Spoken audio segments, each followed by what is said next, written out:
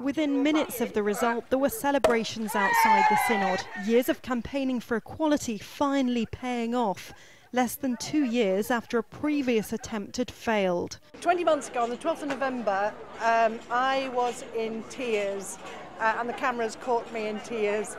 Now I am delighted. I'm sure I'll be in tears again in a moment because I'm relieved, because I'm so happy. But tears are good. Today, tears are good. Inside, after more than 5 hours of debate, the result many here had dared hope for, that women in the Church of England would finally be allowed to become bishops. The motion has been carried in all 3 houses. Nobody, though, had taken this outcome for granted. The previous attempt had failed in what some had called a crisis in the Church. Well, for many, this is long overdue. This will be one of the biggest changes in the Church of England for several hundred years. But it could be more than a year before we see our first female bishop here in England. And it won't be too soon for the significant minority who, as in 2012, voted against change.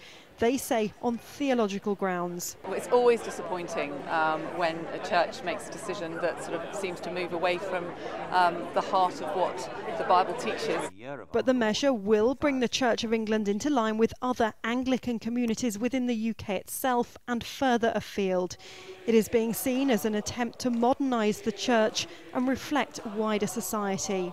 When women are there in the House of Bishops, it will change the nature of the conversation. I think we see that already.